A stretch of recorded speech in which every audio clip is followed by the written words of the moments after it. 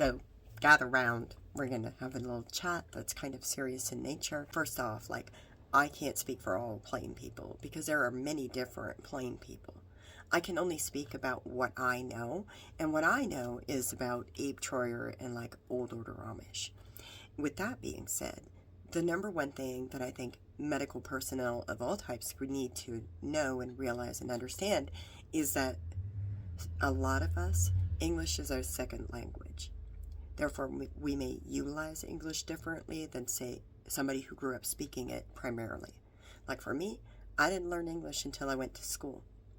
And even then, I was very limited for years on how I could communicate. When I was a small child, I'm not exactly sure how old I was, trauma brain and all.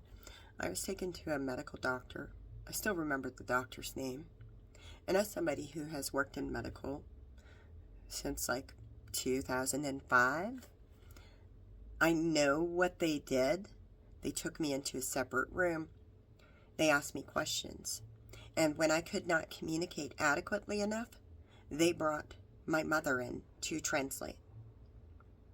I do not recommend doing that for several reasons. One, she straight up lied to the interviewer. All the signs were there. That was a missed intervention. So, I would urge you to remember that Amish are just people.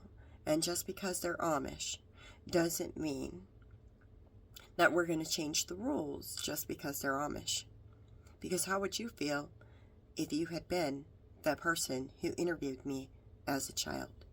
Just remember, there's interpreters out there.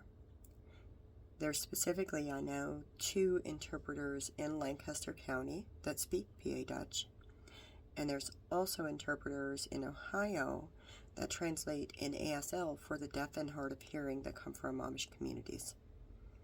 Culturally, sometimes we are taught to be afraid of the outside world, that they're going to take our children. Just sometimes. It doesn't happen all the time, but it does happen sometimes. Thank you. Have a good night.